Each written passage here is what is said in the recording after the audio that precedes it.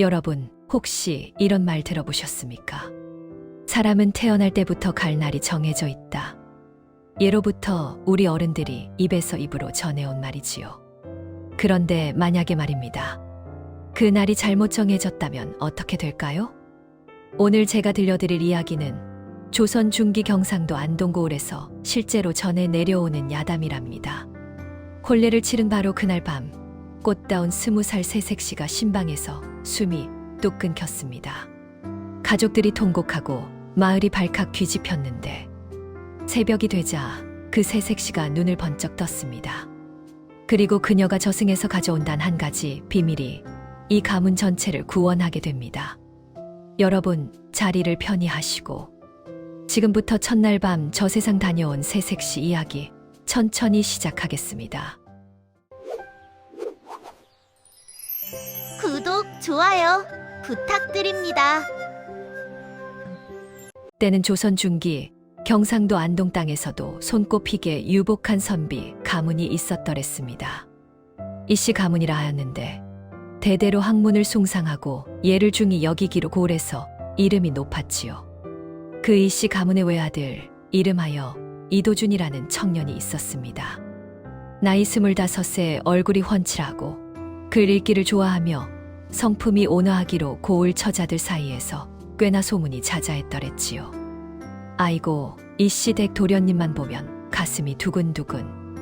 처녀들이 담 너머로 수근거리는 소리가 봄바람에 실려오곤 했답니다. 그런 도준에게 드디어 혼례 날이 찾아왔습니다. 상대는 안동고을에서 꽤 알려진 박씨 가문의 둘째 딸 순이라는 처자였어요. 나이는 20살. 얼굴이 보름달처럼 둥글고 맑으며 눈이 초롱초롱하여 보는 이마다 절로 마음이 따뜻해지는 처자였지요.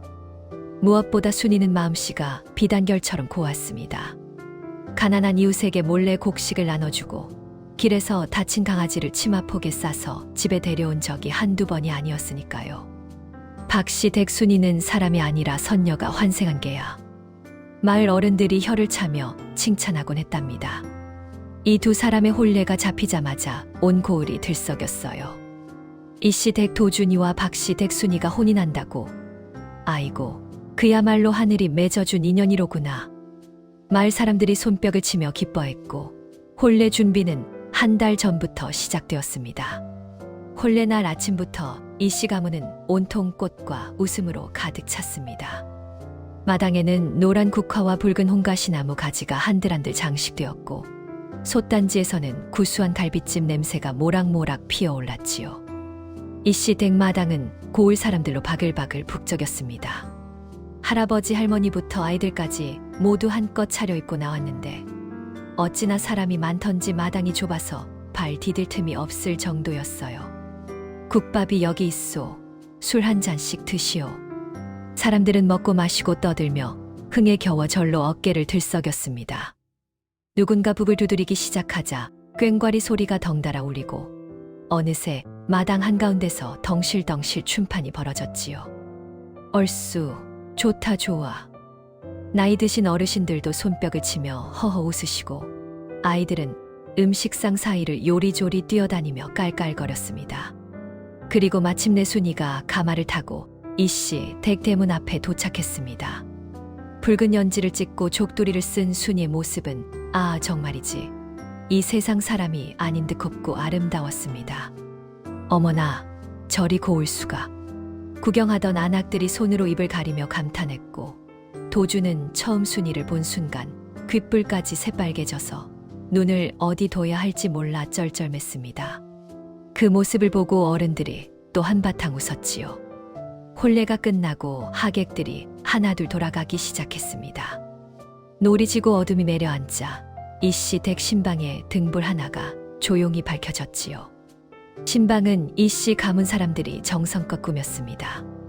방바닥에는 새 돗자리를 깔고 벽에는 합글레 때 쓴 표주박 한 쌍이 나란히 걸렸으며 창호지 사이로 달빛이 은은하게 새어 들어왔습니다. 대청마루 끝에서는 50살 시어머니가 흐뭇한 얼굴로 혼자 미소를 짓고 있었어요. 드디어 우리 도준이가 신방에 들었구나.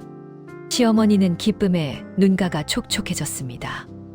외아들이 이리 장가를 드니 오죽 기쁘셨겠습니까? 신방 안에서는 도준과 순이가 어색하게 마주 앉아 있었습니다. 도준은 헛기침을 콜록콜록 몇 번 하고 순이는 치마폭을 꼭 쥐고 고개를 살짝 숙이고 있었지요. 저는 예. 둘 다 첫마디를 못 꺼내고 있었는데 그 모습이 어찌나 귀엽던지요. 바깥에서 이 모습을 엿보던 도준의 막내 사촌이 혼자 킥킥 웃다가 어른한테 들켜서 호되게 혼났다는 건 나중 이야기입니다. 밤이 깊어가면서 달이 중천에 떴습니다. 사각사각 바람이 처마를 스치는 소리, 귀뚜라미가 마당 어딘가에서 쓸쓸하게 우는 소리, 그리고 신방은 고요해졌습니다. 경자시라 불리는 깊은 밤중이었습니다. 요즘으로 치면 새벽 1시에서 2시 사이쯤 되는 시각이지요.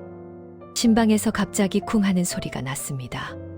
잠시 후 도준의 다급한 목소리가 터져 나왔습니다. 사람 살려, 사람 살려요. 대청마루에서 졸고 있던 시어머니가 벌떡 일어났습니다. 아니, 저게 무슨 소리요? 부스스 잠자리에서 일어난 하인들이 우르르 달려오고 온 집안이 순식간에 발칵 뒤집혔습니다. 신방문이 열렸을 때 거기 있던 사람들은 눈앞의 광경에 그만 입이 딱 벌어졌습니다. 순이가 방바닥에 쓰러져 있었습니다. 얼굴은 창백하다 못해 새하얗게 질려있고 눈은 반쯤 감겼으며 숨을 쉬는 기색이 전혀 없었습니다. 순이야, 순이야. 도준이 두 손으로 순이의 어깨를 붙들고 흔들었지만 반응이 없었습니다. 의원이 달려왔습니다. 맥을 짚어보더니 의원의 얼굴이 하얗게 변했어요. 이런. 그 짧은 말 한마디에 방 안에 있던 모든 사람들이 서로의 얼굴을 바라보았습니다. 시어머니가 그 자리에서 주저앉으며 터뜨리는 울음소리가 밤하늘을 갈랐습니다. 아이고, 이게 무슨 날벼락이란 말이냐. 그 시각 순이의 영혼은 자기 몸을 떠나 있었습니다. 신기하게도 무섭지가 않았어요. 오히려 온몸이 솜털처럼 가벼워지고 안개 속을 둥둥 떠가는 기분이었습니다. 주위가 자욱한 안개로 뒤덮여 있었는데 그 안개는 보통 안개가 아니었어요. 약간 자줏빛이 감돌고 차갑지도 뜨겁지도 않은 이상한 기운이 느껴졌지요. 순이가 두리번거리고 있는데 저 멀리서 인기척이 느껴졌습니다. 발소리가 들려왔는데 보통 발소리가 아니었습니다. 타박타박 무겁고 묵직한 소리. 그리고 서서히 안개 속에서 두 개의 형체가 나타났습니다. 검은 도포에 높다란 모자를 쓴 두 사람이었는데 얼굴은 반은 사람이고 반은 무엇인지 모를 기이한 생김새였습니다. 순이는 직감적으로 알았습니다. 아, 저승사자구나. 그런데 이상한 건 이 저승사자 두 명의 분위기가 어쩐지 조금 허둥지둥해 보인다는 거였습니다. 한 명은 두루마리를 펼쳐 들고 뭔가를 열심히 확인하고 있었고 다른 한 명은 그걸 옆에서 들여다보며 고개를 갸웃거리고 있었습니다. 여기 맞지? 박순이 맞지? 맞는다. 맞아. 박순이 안동고을 20살. 딱 맞잖아. 그러면 됐어. 어서 모셔가자. 그리하여 순이는 두 저승사자 사이에 끼어 저승길로 접어들었습니다. 저승 가는 길은 순이가 상상했던 것과 전혀 달랐습니다. 무섭고 어둡고 음산할 거라 생각했는데 어딘가 몽환적이고 신기하면서도 이상하게 낯익은 느낌이었습니다. 길 옆으로는 꽃이 피어 있었습니다. 하지만 그 꽃들은 이승에서 본 꽃이 아니었어요. 새빨간 꽃인데 자세히 보면 그 안에서 작은 불꽃이 일렁이고 있었고 파란 꽃에서는 은은한 종소리 같은 게 들려오는 것 같기도 했습니다. 신기하구나. 순이가 저도 모르게 중얼거렸습니다. 그러자 앞서 걷던 저승사자 중 한 명이 뒤를 돌아보았습니다. 말 걸지 마시오. 뚝딱 잘라 말하는 목소리였습니다만 어쩐지 그 말투에 위협이 없었습니다. 오히려 조금 쑥스러워하는 것 같기도 했어요. 또 다른 저승사자가 작은 목소리로 첫 번째 저승사자에게 속삭였습니다. 야, 이름 제대로 확인한 거 맞지? 아까부터 좀 이상한 것 같던데. 무슨 소리야? 두루마리에 적힌 대로 왔잖아. 그게 됐어. 일단 가자. 순이는 그 수근거림을 귀끝으로 들으면서 뭔가 잘못된 건 아닐까 하는 생각을 어렴풋이 했습니다. 그러나 발은 저승사자들을 따라 이미 저승길을 걷고 있었습니다. 한참을 걸어가자 거대한 문이 나타났습니다. 이 세상 어떤 궁궐문보다도 크고 위험 있는 문이었는데 문 위에 빛나는 글씨로 명부라고 새겨져 있었습니다. 죽은 이들이 심판을 받는 곳 저승관하였지요. 문 앞에는 수많은 망자들이 줄을 서서 차례를 기다리고 있었습니다. 얼굴도 다양하고 나이도 다양했습니다. 어떤 분은 상투를 틀고 두루마기를 입은 양반이었고 어떤 분은 물레 앞에서 일하다 그대로 옷채로 온 것 같은 안악이었습니다. 줄맨 앞에 선 어느 노인이 순이를 보더니 고개를 까닥이며 인사를 건네셨습니다. 처음 왔소.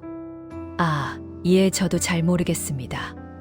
그러다가 순이 일행이 줄을 지나쳐 안으로 들어가자 앞에서 기다리던 망자들이 웅성거렸습니다. 저분은 왜 줄 안 서고 들어가는 거야? 글쎄, 나도 몰라. 무슨 연줄이 있나? 드디어 명부 안으로 들어섰습니다. 거기에는 긴 탁자 앞에 엄청난 두루마리들을 펼쳐놓고 꼼꼼히 들여다보는 관원이 앉아 있었습니다. 이름이? 저승사자가 순이를 앞으로 데리고 가며 말했습니다. 박순이, 안동고을, 20살 처자입니다. 저승관원이 두루마리를 펼쳐 확인하기 시작했습니다. 그런데 박순이 관원의 손이 두루마리를 따라가다가 뚝 멈췄습니다. 저승관원의 표정이 점점 이상해졌습니다. 미간을 잔뜩 찌푸리더니 두루마리를 이리 뒤집고 저리 뒤집으며 다시 확인하기 시작했어요. 신음소리를 내더니 드디어 무언가를 찾은 듯 두루마리를 탁 쳤습니다. 이봐요, 이봐. 예, 나리. 박순이가 여기 2명이 있소. 예. 저승사자 2명이 동시에 화들짝 놀랐습니다. 박순이, 안동고을, 이쪽은 20살이고 이쪽은 37살이요. 아, 이 두루마리에 적힌 박순이는 37살 박순이요. 논밭 두마지기를 가진 과부 박순이란 말이요. 저승사자 2명의 얼굴이 그야말로 하얗게 질렸습니다. 한 명이 허둥지둥 자기가 갖고 온 두루마리를 다시 꺼내 확인했습니다. 이름이 같아서 같은 동네라 헷갈린 거야. 헷갈리다니 이게 보통 일이요? 당장 굴려보내야 하지 않겠소. 죄송합니다. 저승사자 2명이 쩔쩔매는 모습을 지켜보던 순이는 그 황당한 광경에 어이가 없어서 그만 피식 웃음이 나왔습니다. 저승까지 왔더니 이름을 잘못 적어온 저승사자가 있다는 게 이렇게 정신없는 곳이었나. 저승이. 그때였습니다. 저 안쪽에서 더욱 위험 있는 목소리가 울렸습니다. 그 처자 염라 앞으로 데려오너라. 순이는 떨리는 걸음으로 커다란 문 안으로 들어섰습니다. 거기에는 상상 속의 염라대왕이 있었습니다. 키가 산만큼이나 크고 얼굴이 달처럼 둥글고 눈은 번개처럼 형형하게 빛나는 분이 옥좌에 앉아 계셨습니다. 염라대왕은 순이를 위아래로 한번 훑어보더니 고개를 한번 끄덕였습니다. 앉아라. 그 말 한마디에 순이는 저도 모르게 스르르 자리에 앉았습니다. 이름이 같아서 잘못 데려왔구나. 예. 무섭냐? 조금이요. 순이가 솔직하게 대답했습니다. 그러자 염라대왕이 허허 웃었습니다. 아니, 저승의 왕이 웃는다니. 순이는 이것도 또 놀라웠지요. 솔직한 게 마음에 드는구나. 염라대왕이 말을 이었습니다. 어차피 잘못 데려온 것이니 돌려보내야 한다. 그런데 내 마음이 조금 쓰이는구나. 이승에서 혼례를 치른 날 일이 왔으니 놀라고 당황했을 것이다. 예, 조금 그랬습니다. 그러니 내 특별히 기회를 하나 주겠다. 염라대왕이 천천히 말했습니다. 이승으로 돌아가기 전에 내가 원하는 것 한 가지를 볼 수 있게 해주겠다. 순이는 눈을 깜박였습니다. 무엇이든요. 무엇이든. 전생을 봐도 되고 미래를 봐도 되고 다른 사람의 과거를 봐도 된다. 단 하나만이다. 순이는 잠깐 생각했습니다. 전생이 궁금하긴 했습니다. 남편 도준과 자신이 어떤 인연으로 만난 것인지도 궁금했고, 자신의 앞날이 어떻게 될지도 물론 궁금했습니다. 그런데 순이의 머릿속에서 한 가지 기억이 지나갔습니다. 혼례 날 시어머니의 눈빛이었습니다.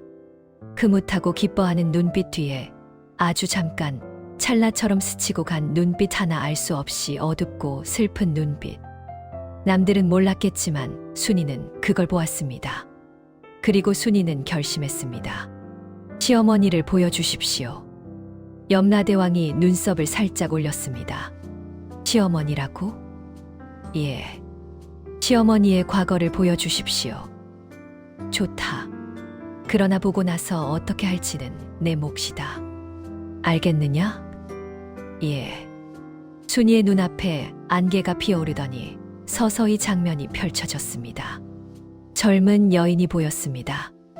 18살 남짓 되어 보이는, 눈이 크고 총명해 보이는 여인이었습니다. 그런데 그 여인의 옷이 낡고 헤어져 있었고 볼은 홀쭉하게 파여 있었습니다. 아, 저분이 시어머니의 젊은 시절이구나. 순이는 직감했습니다. 젊은 시어머니는 좁은 방 안에서 무언가를 하고 있었습니다. 자세히 보니 종이에 뭔가를 쓰고 있었습니다. 그 종이 위에 눈물이 뚝뚝 떨어졌습니다. 그 다음 장면이 펼쳐졌습니다. 말 한 귀퉁이에 초라한 집, 그리고 그 앞에 무릎을 꿇고 앉아있는 젊은 시어머니. 앞에는 상투를 들고 비단옷을 차려입은 양반이 서 있었습니다. 이것으로 모든 것은 끝났소. 2번 다시 내 앞에 나타나지 마시오. 그 양반이 무언가를 던졌습니다. 종이였습니다. 이혼을 선언하는 문서였습니다. 젊은 시어머니가 그 종이를 부여잡고 오들오들 떨었습니다. 순이는 그제야 알았습니다. 시어머니는 전에 다른 남자와 혼인한 적이 있었습니다. 그리고 그 사람에게 버림을 받았습니다. 그 사실을 이씨 가문 그 누구도 몰랐습니다. 그런데 장면이 거기서 끝나지 않았습니다. 안개가 다시 피어오르더니 또 다른 장면이 펼쳐졌습니다. 산속 어딘가에 외딴 집. 18살 젊은 시어머니가 갓난아기를 안고 서 있었습니다. 아기는 포대기에 쌓여 잠든 채였습니다. 그 앞에 선 나이 든 부인이 손을 내밀었습니다. 내가 잘 키우겠소. 어서 내놓으시오. 젊은 시어머니의 입술이 파르르 떨렸습니다. 팔이 떨렸습니다. 하지만 결국 아기를 건네주었습니다.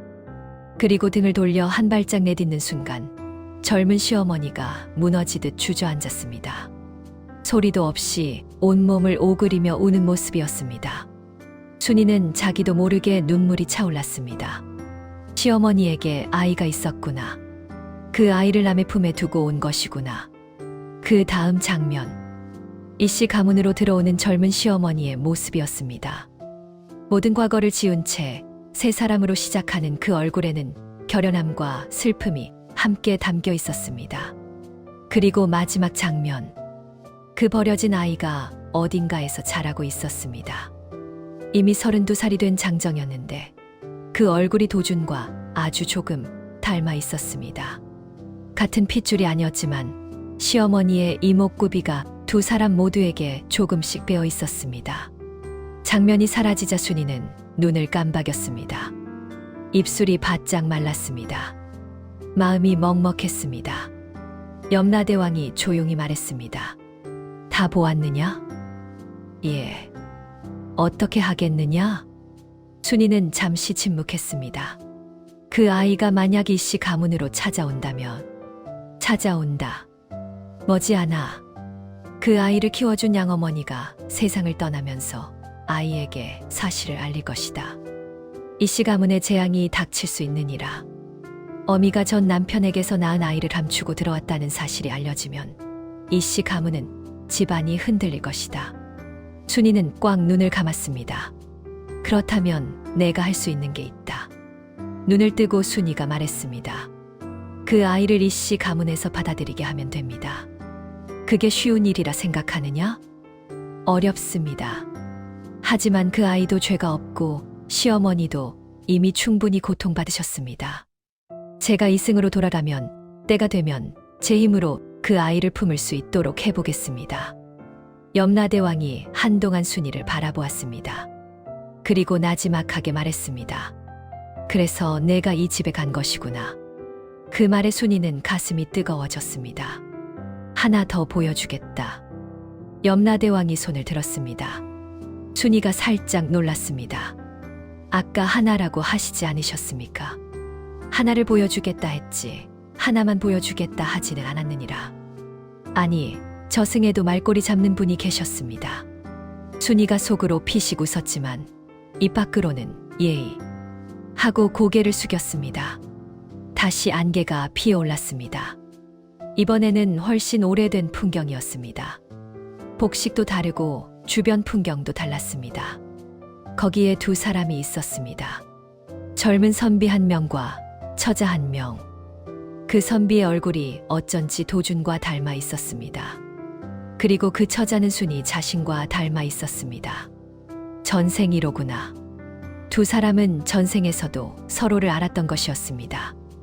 그러나 전생에서는 이루지 못했습니다. 신분의 차이로, 집안의 반대로 두 사람은 끝내 남남으로 헤어졌습니다. 그리고 이번 생에 다시 만난 것이었습니다. 순이는 가슴이 묵직하게 눌리는 느낌을 받았습니다. 전생에서 이루지 못한 것을 이번 생에 이루라고 하늘이 다시 보내준 것이라면 이 혼인은 그냥 혼인이 아닌 것이었습니다. 이제 돌아가거라. 염라대왕이 말했습니다. 돌아가서 잘 살아라. 내가 본 것은 내 가슴 속에 담아두어라. 때가 되면 그 지혜를 써라. 예. 그리고 한 가지만 기억하거라. 말씀하십시오. 염라대왕의 눈이 형형하게 빛났습니다. 이승에서 사람과 사람이 맺는 인연, 그 인연 하나하나가 모두 이 명부에 다 기록이 된다. 좋은 인연은 좋게 이어지고 나쁜 인연은 반드시 되갚음이 온다. 살아생전 덕을 쌓아라. 영심하겠습니다. 순이가 고개를 숙여 절을 올렸습니다. 그리고 돌아서는 순간 염라대왕의 목소리가 한 번 더 들렸습니다. 그 남편 복 많은 사람이다. 그 말에 순이의 뺨이 홍조로 물들었습니다. 저승까지 와서 얼굴이 붉어질 줄은 몰랐습니다. 저승사자 두 명이 다시 나타나 순이를 이끌었습니다. 이번에는 아까와는 다른 길이었습니다. 안개가 걷히고 빛이 점점 밝아졌습니다. 그 빛을 향해 걸어가자 몸이 점점 무거워지고 순이는 눈을 떴습니다. 방 안이었습니다. 신방이었습니다. 천장이 보이고 창호지에 새벽빛이 어렴풋이 스며들고 있었습니다. 바깥에서 닭이 꽃기어 울었습니다. 순이는 자리에서 천천히 몸을 일으켰습니다. 몸이 정말 무겁고 뻐근했습니다. 그런데 배가 고팠습니다. 어마어마하게 고팠습니다. 저기, 순이가 작은 목소리로 불렀습니다. 그 소리에 방 한 귀퉁이에서 밤새 엎드려 있던 도준이 고개를 들었습니다. 눈이 퉁퉁 부어 있었습니다. 두 눈이 마주쳤습니다. 도준의 입이 딱 벌어졌습니다. 순이야? 예.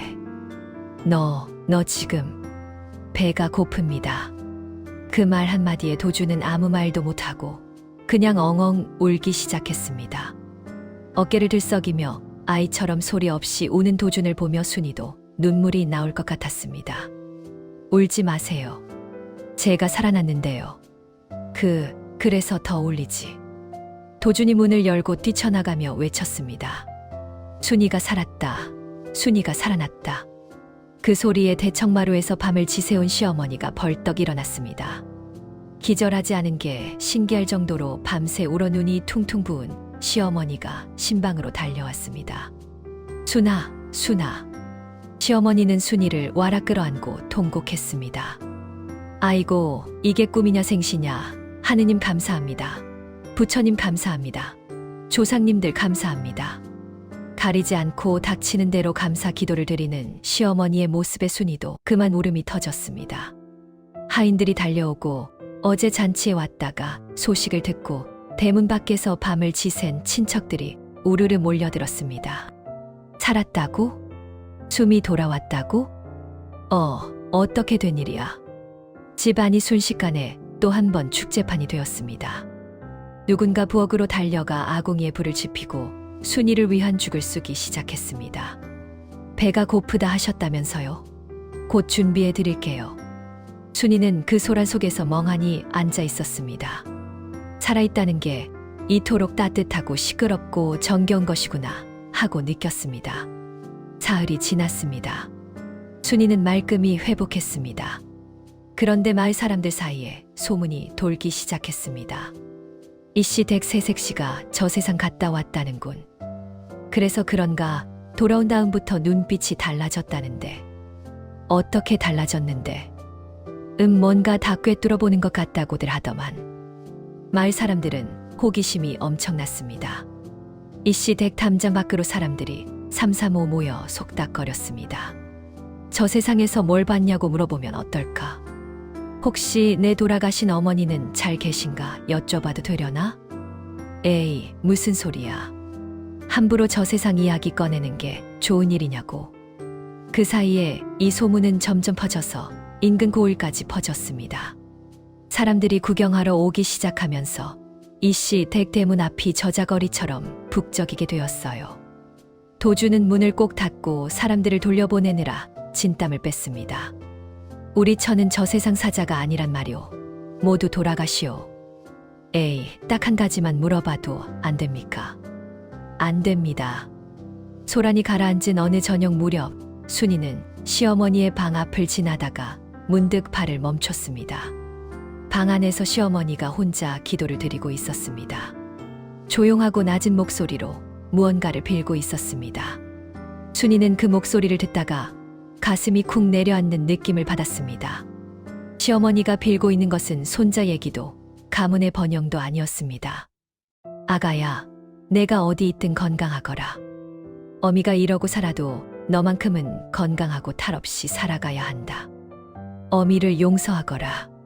순이는 눈을 감았습니다. 저승에서 본 장면이 눈앞에 떠올랐습니다. 산속 외딴 집, 아기를 건네주고 돌아서서 무너지듯 울던 18살 젊은 시어머니의 모습. 그 기도가 30년 넘도록 여기까지 이어지고 있었구나. 순이는 발길을 돌렸습니다. 아직은 때가 아니었습니다. 하지만 마음속에 결심을 굳혔습니다. 때가 오면 반드시 그 사람을 이 가문으로 품어야 한다고. 그게 자신이 저승에서 살아 돌아온 이유라는 것을 순이는 이미 알고 있었습니다. 그날 밤 도준과 순이가 마주 앉았습니다. 도준이 조심스럽게 물었습니다. 저 세상에서 뭔가 보셨습니까? 순이는 잠시 도준을 바라보았습니다. 전생에서 만났던 그 선비의 얼굴이 떠올랐습니다. 그리고 이 앞에 도준을 보았습니다. 예. 무엇을 보셨습니까? 순이가 잠깐 생각하다가 빙그레 웃으며 말했습니다. 우리 두 사람이 이번 생에 처음 만난 게 아니라는 걸 봤습니다. 예. 전생에서도 우리가 알던 사이였다 하더이다.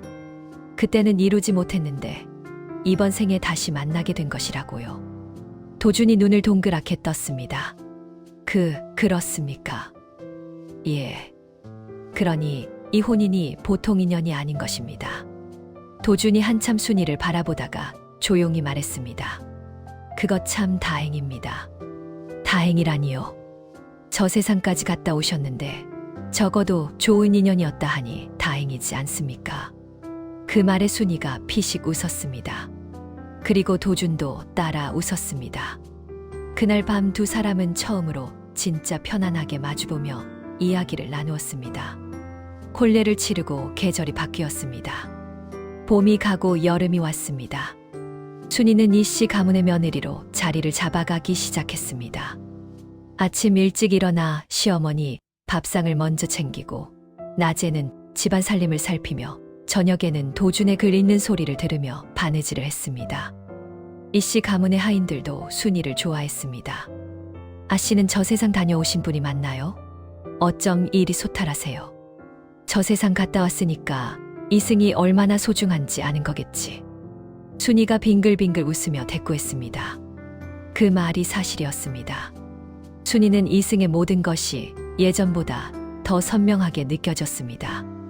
밥 먹는 게 이렇게 맛있을 줄 몰랐고 바람이 이렇게 시원하게 느껴질 줄 몰랐고 달빛이 이렇게 아름다울 줄 몰랐습니다. 저 세상까지 갔다 와야만 이승의 소중함을 아는 것이 사람의 일인가 싶어 순이는 가끔 혼자 빙그레 웃곤 했습니다. 그해 여름이 지나 가을이 무르익을 무렵이었습니다. 이씨 댁대문 앞에 낯선 사람이 찾아왔습니다. 30살이 넘어 보이는 건장한 장정이었습니다. 기름기 없는 거친 피부에 수염이 덥수룩하게 자라 있었고 낡은 도포 자락이 먼 길을 걸어온 흔적처럼 흙먼지로 얼룩져 있었습니다. 보따리 하나를 등에 지고 이씨 댁 대문 앞에 멈춰선 그 사람은 한동안 대문만 멍하니 바라보고 있었습니다. 하인이 나와 물었습니다. 이씨 댁이 여기 맞습니까? 예, 맞소. 이신데? 저는 그냥 지나가던 사람이요. 장정은 거짓말이 서툴렀습니다. 눈이 이리저리 흔들렸거든요. 대문 기둥을 잡은 손마디가 하얗게 질릴 만큼 꽉 쥐고 있었습니다. 온몸에서 떨림이 느껴졌습니다. 그 소식을 전해 들은 순이는 가슴이 쿵했습니다. 왔구나. 이미 알고 있었습니다. 저승에서 염라대왕이 말했던 것을 기억했습니다. 그 아이의 양어머니가 세상을 떠나면서 아이에게 사실을 알릴 것이다. 그 장정이 먼 길을 홀로 걸어 찾아온 것이었습니다.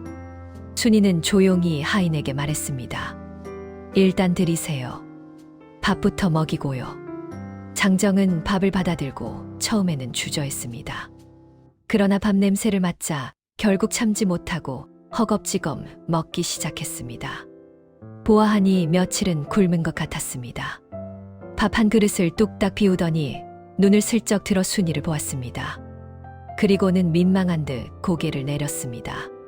순이가 조용히 옆에 앉았습니다. 어디서 왔느냐? 저 멀리서요. 부모는? 장정이 잠깐 멈췄습니다. 어머니가 지난달에 돌아가셨습니다. 아버지는? 모릅니다. 그럼 의지할 곳이 없구나. 예. 순이가 잠시 그 장정을 바라보았습니다. 수염 속에 숨겨진 얼굴 어딘가에서 시어머니의 눈매가 어렴풋이 보였습니다. 이 집에 왜 왔느냐? 솔직하게 말해봐라. 장정이 보따리를 뒤지더니 구겨진 종이 한 장을 꺼냈습니다. 종이에는 이씨 가문의 주소와 그의 어머니 이름 그리고 짧은 글이 적혀 있었습니다. 이 아이의 어미가 젊은 날 이씨 가문을 거쳐갔으니 부디 선처를 바란다. 순이는 그 종이를 받아들고 한참 보다가 조용히 접었습니다. 그날 저녁 순이는 시어머니 방을 찾아갔습니다. 문을 두드리고 들어가 공손하게 앉으며 말했습니다. 어머니, 드릴 말씀이 있습니다. 시어머니는 뭔가 이상한 기운을 느꼈는지 표정이 살짝 굳었습니다. 무슨 일이냐? 오늘 장정이 한 명 찾아왔습니다. 장정. 30살이 넘어 보이는 사내인데 어머니께서 한번 보시면 좋겠습니다. 시어머니가 눈을 깜박였습니다. 내가 왜 그 사람을? 그냥 한번 보시면 좋겠습니다. 순이의 목소리는 부드러웠지만 그 안에 단단한 무언가가 있었습니다. 시어머니는 순이의 눈을 바라보다가 문득 무언가를 알아차린 듯 얼굴이 하얗게 질렸습니다. 설마, 어머니, 설마 그 사람이?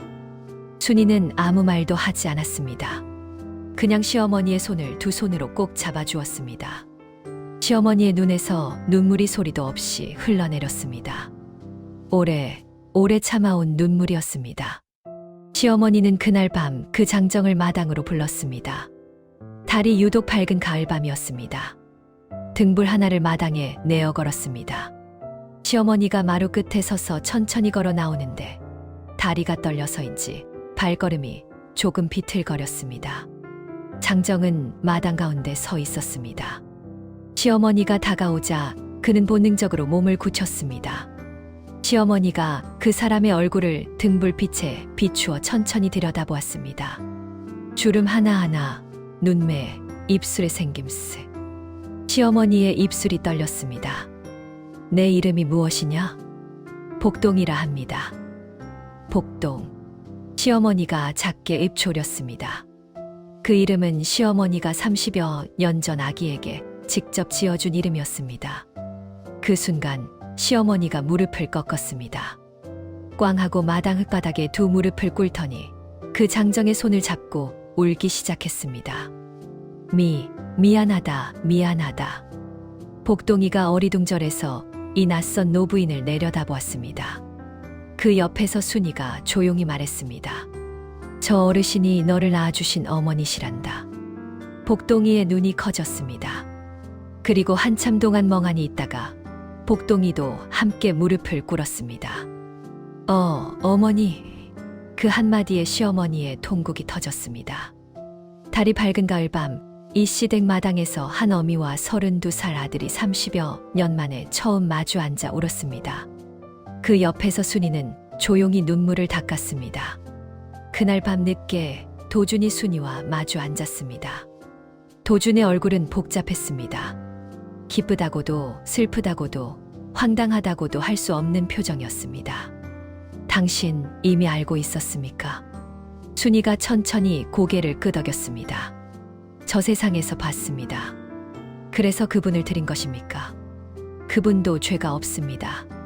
그리고 어머니도 이미 충분한 벌을 받으셨습니다. 30여 년 가까이 혼자 그 무게를 지고 사셨으니까요. 도주는 한참 말이 없었습니다. 창밖에서 귀뚜라미가 우는 소리가 들렸습니다. 당신이 없었으면 어찌 될 뻔했습니까? 도준이 조용히 말했습니다. 우리 어머니의 비밀을 알고도 가문을 걱정해주는 사람이 당신밖에 없구려. 순이가 살며시 웃었습니다. 어머니는 좋은 분이십니다. 다만 무거운 것을 혼자 들고 계셨을 뿐이지요. 복동이를 어찌하면 되겠습니까? 어머니 친정 쪽 먼 조카라 하면 됩니다. 부모 잃고 의탁할 곳 없어 온 것이라 하면 말에서도 뭐라 하지 않을 것입니다. 도준이 눈을 감았다가 떴습니다. 그리고 천천히 고개를 끄덕였습니다. 당신의 지혜를 따르겠습니다. 그로부터 닷새 후였습니다. 이씨 가문에 뜻밖의 방문객이 왔습니다. 고을의 한 양반이었는데 어딘가에서 소문을 들은 모양이었습니다. 이씨 댁에 신원불명의 장정이 들어왔다 하던데 그게 사실이요? 이 양반은 평소 이씨 가문과 사이가 좋지 않았던 터라 꼬투리를 잡으러 온 것이 분명했습니다. 혹시 그 장정이 이씨 댁 식솔 중 누구와 관계가 있는 것 아니요? 만약 이 일이 잘못 알려지면 시어머니의 과거가 고을에 퍼지고 이씨 가문 전체가 수치를 당할 수 있었습니다. 그때 방 안에서 순이가 나왔습니다. 단아하게 차려입고 흔들림 없는 얼굴로. 무슨 염려를 하시는지 알겠습니다만 그 사람은 제 친정 박씨 가문 쪽 먼 친척입니다. 부모를 잃고 의지할 곳 없어 당분간 여기 있는 것이지요. 친정 쪽이라니 박씨 가문 사람이라는 말이요? 예, 제 어머니의 친정 쪽 먼 조카뻘 되는 사람입니다. 순이가 조용하지만 단호하게 말했습니다. 그 눈빛에는 흔들림이 없었습니다. 저 세상을 다녀온 사람의 눈빛은 이런 것이었습니다. 양반은 순이의 눈빛에 눌려 더 이상 말을 잇지 못하고 물러났습니다. 세월이 흘렀습니다. 복동이는 이씨 가문의 자리를 잡았습니다. 처음에는 하인들도 이 낯선 장정을 어색하게 여겼지만 복동이가 워낙 묵묵하고 부지런해서 금방 모두의 신뢰를 얻게 되었습니다. 마당일이든 농사일이든 마다하지 않고 땀 흘리며 일하는 복동이를 두고 동네 어른들도 저 사람 참 성실하다 고 칭찬하기 시작했지요. 시어머니는 복동이가 이씨 댁에 들어온 뒤로 몰라보게 표정이 밝아졌습니다. 숨겨왔던 짐을 내려놓고 나서야 비로소 얼굴에서 어두운 그림자가 거친 것이었습니다. 복동아, 어딜 가느냐? 어머니, 논두렁 살피러 잠깐 다녀오겠습니다. 그러냐? 조심해서 갔다 오너라. 묵묵히 고개를 끄덕이고 걸어가는 복동이의 뒷모습을 바라보며 시어머니가 눈물을 닦는 것을 순이는 멀리서 보았습니다. 저승까지 갔다 온 보람이 있구나. 순이는 가슴 깊이 따뜻한 것이 차오르는 걸 느꼈습니다. 그로부터 또 세월이 흘렀습니다. 도준과 순이는 아이를 낳고 손을 잡고 함께 늙어갔습니다. 순이는 어느 날 저녁 마루에 나란히 앉은 도준에게 물었습니다. 여보, 나 첫날 밤에 저 세상 갔다 온 거 기억합니까? 어찌 있겠습니까? 내가 그날 얼마나 울었는지. 그날 돌아오지 않았더라면 어찌 되었을까 생각해 봤습니까? 도준이 잠깐 생각하더니 대답했습니다. 글쎄요. 어머니의 짐을 아는 사람이 없었을 것이고 복동이도 이 집에 모두 왔겠지요. 그리고 우리 두 사람도 전생의 인연을 알지 못한 채로 살았겠지요. 그렇군요. 도준이 순이의 손을 꼭 잡았습니다. 주름이 진 두 손이 서로를 꼭 잡았습니다. 저 세상에서 만난 염라대왕님께 감사해야겠군요. 순이가 깔깔 웃었습니다. 저승사자들이 이름을 잘못 적어온 덕도 있지요. 두 사람이 나란히 웃었습니다. 달빛이 마루 위로 고요히 내려앉았습니다. 순이는 늙어서도 마을 사람들에게 많은 사랑을 받았습니다. 어려운 일이 생기면 찾아오고 고민이 있으면 털어놓고 슬픈 일이 있으면 옆에 앉아 울기도 했습니다. 순이는 항상 말했습니다. 사람과 사람이 만나는 것은 우연이 아닙니다. 전생에서부터 이어진 인연이지요. 그러니 누구를 만나든 함부로 대하면 안 됩니다. 마을 사람들은 그 말을 듣고 고개를 끄덕였습니다. 복동이는 이씨 가문의 든든한 기둥이 되었습니다. 시어머니는 복동이 곁에서 그리고 순이 곁에서 한을 풀고 평온하게 세상을 마쳤습니다. 도주는 평생 순이를 하늘이 내려준 아내라 여기며 공경했습니다. 그리고 이씨 가문에서는 대대로 이 이야기가 전해졌습니다. 첫날 밤 저 세상 다녀온 새색시. 그 이야기는 안동고을을 넘어 경상도 전체로 퍼졌고 그리고 오늘 여러분의 귀에까지 이렇게 닿았습니다. 인연은 이어집니다. 전생에서 이승으로, 이승에서 또 이승으로. 그리고 우리가 나누는 이 시간도 어쩌면 전생부터 이어져 온 인연인지 모릅니다. 자, 여러분. 오늘 이야기는 여기서 마칩니다. 첫날 밤 저 세상 다녀온 새색시 박순이. 그녀는 저 세상에서 보고 온 지혜 하나로 한 가문을 구하고 한 어미의 한을 풀어주고 30여 년을 외롭게 살아온 한 사람의 삶을 바꾸었습니다. 억지로 폭로하는 것이 아니라 때를 기다리며 사랑으로 풀어가는 지혜. 가슴 속에 담아두시길 바랍니다. 여러분처럼 좋은 이야기를 좋아하시는 분들을 위해 만들어졌습니다. 저도 여러분 덕분에 매주 새 이야기를 준비할 힘을 얻는답니다. 혹시 오늘 이야기에서 마음에 닿은 부분이 있으셨나요? 댓글에 편하게 남겨주시면 정말 반갑겠습니다. 복동이가 찾아오는 장면에서 눈물이 났다. 순이 같은 며느리가 있으면 참 좋겠다. 하고 편하게 남겨주시면 됩니다. 여러분의 댓글 하나가 저에게는 큰 응원이 됩니다. 그리고 아직 구독 안 하신 분들, 구독 버튼 한 번만 눌러주세요. 누르는데 딱 1초면 됩니다. 그러면 매주 이런 이야기를 제일 먼저 받아보실 수 있어요. 가족분들께도 살짝 알려주시면 어떨까요? 부모님, 형제, 오래된 친구들, 이런 이야기 좋아하실 분들한테요. 다음 주에는 또 어떤 이야기를 들고 올까요? 이번보다 더 재미있는 이야기로 찾아올 테니 기대하시고 기다려주세요. 오늘도 함께 해주셔서 감사합니다. 건강하시고 늘 좋은 날 되십시오.